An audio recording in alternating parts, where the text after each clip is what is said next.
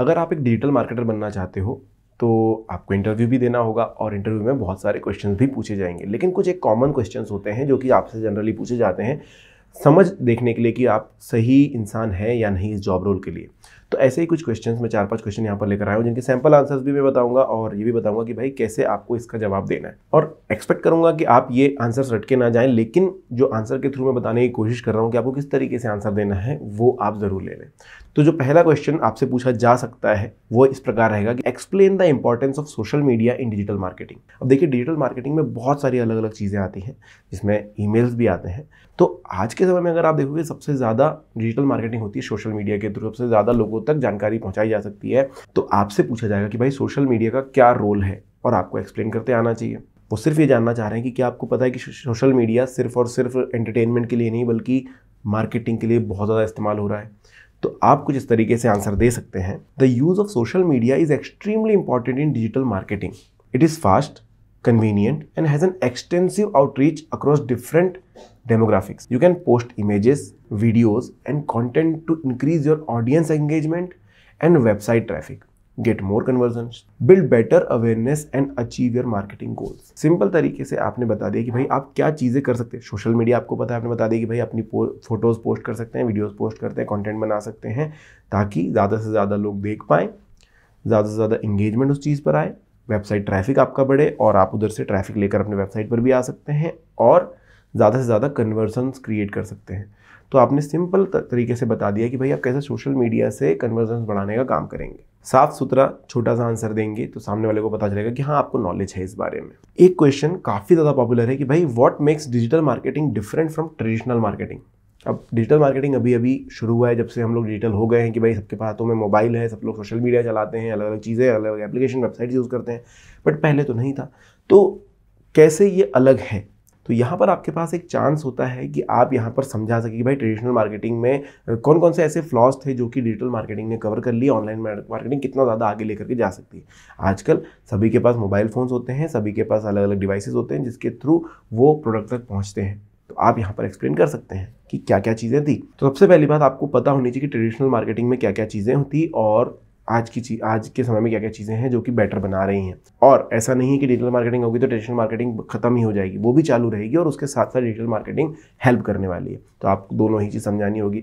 तो आप सिंपल सी चीज़ें समझा सकते हैं भाई ट्रेडिशनल मार्केटिंग में क्या क्या चीज़ें इन्वॉल्व होती थी, जैसे कि लोगों तक पहुंचकर लोकली और उन्हें बताना, उन्हें प्रोडक्ट के बारे में नॉलेज देना, फिजिकल मार्केटिंग मटेरियल्स बनाना, जैसे कि बैनर छपवा दिया आपने, पॉम्पलेट बंटवा दिए। ट्रेडिशनल डिलीवरी चैनल्स जो थे उनके ऊपर आपको रिलाय करना पड़ता था कि भाई आप न्यूज़पेपर में ऐड देंगे, अब फिर उसके बाद होगी जो चीज़ें होने वाली हैं, या फिर कोई मैगजीन वगैरह में आपने छपवा दिया, मंथली कोई पत्रिका आती है उस पर छपवा दिया, या फिर इन पर्सन मार्केटिंग इवेंट्स होते थे भाई, छोटे छोटे इवेंट वहाँ पर रखवा दिए। जैसे हमने पहले भी देखा था कि भाई बहुत बड़ा मार्केट है, उसके बीच में एक दुकान लगी हुई है, वहाँ पर कुछ गेम्स के थ्रू या ऐसे वैसे लोगों को इंगेज किया जा रहा है और उसके बाद वहाँ पर प्रोडक्ट का जो है प्रमोशन किया जा रहा है। ये ट्रेडिशनल चीज़ें थी। और आपको डिजिटल मार्केटिंग को एक्सप्लेन करना पड़ेगा कि यहाँ पर क्या चीज़ें हैं, कि कितना कम एफर्ट लग रहा है आपको और कितने ज़्यादा लोगों तक आप पहुँच पा रहे हैं। ग्लोबल पॉपुलेशन से कुछ ऑडियंस को कस्टमाइज़ किया जा रहा है, आप ऐसे ही लोगों तक पहुंच रहे हैं जहां पर जो लोग इंटरेस्टेड होंगे। ऑडियंस इंटरेक्शन ज़्यादा अच्छा हो जाता है क्योंकि लोग अकेले बैठ करके अपना मोबाइल या कंप्यूटर चेक कर रहे हैं।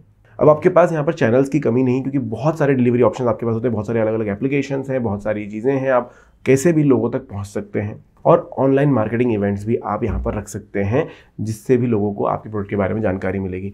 तो यहाँ पर बहुत कम एफर्ट में बहुत ज़्यादा बड़ा मार्केट जो है कवर हो रहा है। हाँ, इन पर्सन जब जाकर किसी से मिलते हैं तो उसका एक इफेक्ट अलग होता है और डिजिटल मार्केटिंग का इफेक्ट अलग होता है। यहाँ पर अगर वहाँ पर इंसान 70% तक कन्वर्ट हो ही गया है, यहाँ पर 30% 40% तक ही वो कन्वर्जन आपको मिल पाएगा, पर आपकी रीच बहुत ज़्यादा है और चांसेस बढ़ जाते हैं कि भाई ज़्यादा से ज़्यादा लोग आएँ।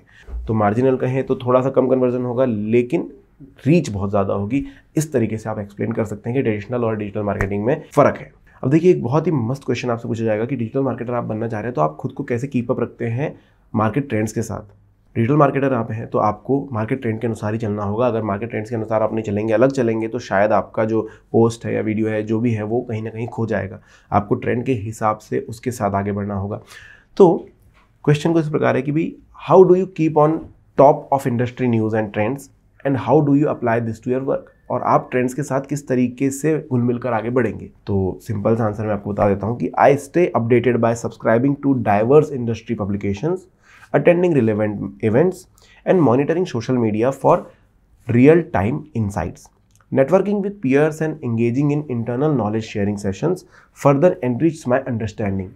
I critically analyzed trends and their potential impact on my work, constantly seeking opportunities to innovate and improve processes. This multifaceted approach ensures I remain informed and agile, applying new knowledge strategically to drive positive outcomes in my project and initiatives. तो आपने अपने तरीके बता दिए किस किस तरीके से आप जो है ट्रेंड्स के साथ चलने वाले हैं, जिसके लिए आप इंडस्ट्री पब्लिकेशंस को सब्सक्राइब कर रहे हैं, आप अलग अलग इवेंट्स को अटेंड कर रहे हैं जहां पर जो आपके सेक्टर से जुड़ा हुआ है, सोशल मीडिया को अच्छे तरीके से मॉनिटर कर रहे हैं कि क्या चीज़ें भी ट्रेंड में चल रही है। तो इस तरीके से आपने वेज बताया कि भाई आप इस तरीके से अप टू डेट रहते हैं और फिर इस चीज़ का आप इस्तेमाल करते हैं। तो ये बताना काफ़ी ज़्यादा ज़रूरी हो जाता है कि आपको समझ है आपके काम के डिजिटल मार्केटर बनने के लिए आप एक बहुत सही उम्मीदवार हैं।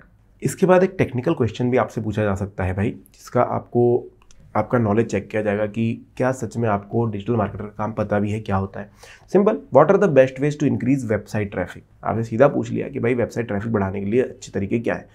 तो आपको पता होने चाहिए, अगर आप इस फील्ड में जाना चाह रहे हैं तो आपने थोड़ी बहुत पढ़ाई की होगी, आपने थोड़ा बहुत समझा होगा, तो आपको ये चीज़ें पता होगी, या फिर मैं जो बता रहा हूँ वो आप यहाँ पर यूज़ कर सकते हैं। तो आप इस तरीके से बता सकते हैं कि वेबसाइट ट्रैफिक को इंक्रीज़ करने के लिए बहुत सारे अलग अलग टूल्स होते हैं, बहुत सारे अलग अलग तरीके होते हैं। जैसे कि पहला है कंटेंट मार्केटिंग करना, कि भाई आप कंटेंट के थ्रू मार्केटिंग कर रहे हैं और उससे लोगों को लेकर के अपने वेबसाइट पर आ रहे हैं। जो हेडलाइंस है उसको क्रिस्प और इंटरेस्टिंग बनाने की कोशिश करना, कंटेंट को ऑप्टिमाइज़ करना, एसईओ का अच्छा ध्यान रखना। सर्च इंजन को जितने अच्छे से ऑप्टिमाइज़ किया जाएगा उतना ज़्यादा लोग आप तक आएंगे और सर्च जो भी कर रहा है वो सबसे पहले आपको देखे, आप सबसे टॉप पर हो रिजल्ट्स में, ये आप समझा सकते हैं। लॉन्ग टेल कीवर्ड्स का इस्तेमाल करना ताकि लोगों को ज़्यादा से ज़्यादा एक्सप्लेनेशन मिले कि आप क्या बताना चाह रहे हैं। गेस्ट ब्लॉगिंग करना, रेफरल ट्रैफिक सीख करना, लिंक्डइन पर पोस्ट करना ताकि ज़्यादा से ज़्यादा लोग आ सकें, और अलग अलग सोशल मीडिया पर जो है पोस्टिंग करना, और इंटरनली लिंकिंग करना, और ईमेल मार्केटिंग करना। ऐसे बहुत सारे अलग अलग तरीके होते हैं। मैंने यहाँ पर कुछ बताने की कोशिश करी। ये सारी चीज़ों को जब आप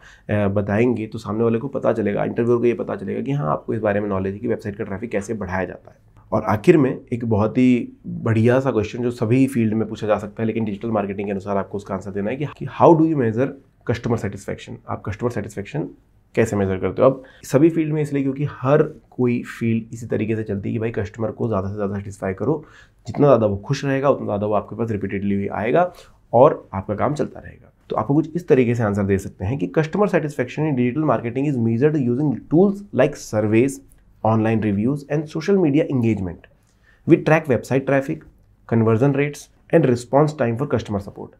Analyzing these metrics with tools like Google Analytics helps us understand how satisfied customers are. By listening to feedback and monitoring interactions, we can improve our marketing strategies to make customers happier and more loyal. अलग अलग field में अलग अलग तरीके से customer satisfaction check किया जाता है। बहुत सारे लोग फीडबैक फॉर्म भराते हैं, बहुत सारे लोग कॉल्स पे पूछते हैं। डिजिटल मार्केटिंग के सेक्टर में आप गूगल एनालिटिक्स का इस्तेमाल करते हैं, अलग अलग टूल्स का इस्तेमाल करते हैं, उनके एंगेजमेंट को देखते हैं, कितना ज़्यादा लोग आपकी इस वेबसाइट पर आ रहे हैं उसको देखते हैं और उस तरीके से समझते हैं कि भाई कितना ज़्यादा कस्टमर जो है सेटिस्फाइड है हमारी सर्विसेज। तो ये कुछ क्वेश्चन है दोस्तों जिसके आंसर मैंने बताने की कोशिश करी है। अगर आपको वीडियो अच्छा लगा है तो लाइक ज़रूर कीजिएगा और ऐसे वीडियोस चाहिए तो आप कमेंट सेक्शन में लिख सकते हैं। Thank you.